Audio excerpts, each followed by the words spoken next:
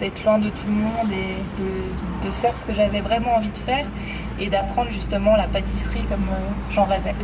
Donc la pâtisserie à la française, très classique quand même. Oui, bah, c'est aussi pour ça que je suis partie en France, parce qu'il faut aller, surtout quand on se reconvertit, autant aller chez les meilleurs. Donc je suis allée là-bas et j'ai vraiment appris les bases de la pâtisserie, un peu de boulangerie, un peu de chocolaterie aussi. Donc c'était vraiment les bases, des bonnes bases solides pour pouvoir travailler là-dedans.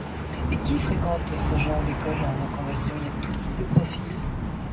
Alors il y a vraiment tout. Ce qui est marrant, c'est que j'étais dans la classe internationale malgré que je parlais français et que je suis suissesse. Donc je me suis retrouvée avec des Chinois, des Coréens, des Italiens et aussi des Français en reconversion, quelqu'un qui finissait l'armée par exemple. Donc c'est vraiment de tout et ça faisait un peu du voyage encore. Une suite, nouvelle expérience. Quand vous sortez, vous êtes prête à travailler?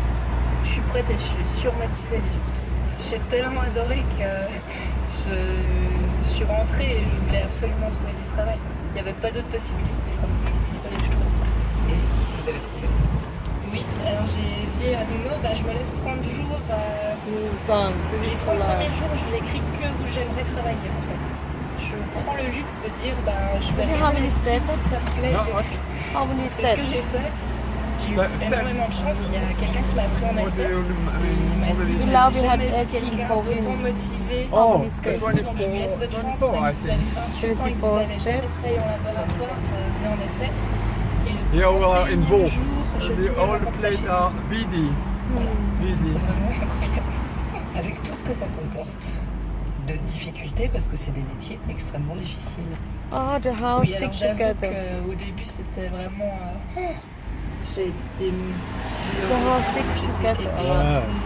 C'était vraiment très compliqué, mais tant que l'envie est là, en fait, c'était rien du tout, quoi. J'y allais, le réveil sonnait à 2h le matin, mais j'étais tellement contente que je me levais, j'allais, il n'y avait pas besoin de 10 réveils, c'était parti, j'allais faire ce que je voulais, ce que j'aimais, et c'était top. Elle partait au travail avec le sourire.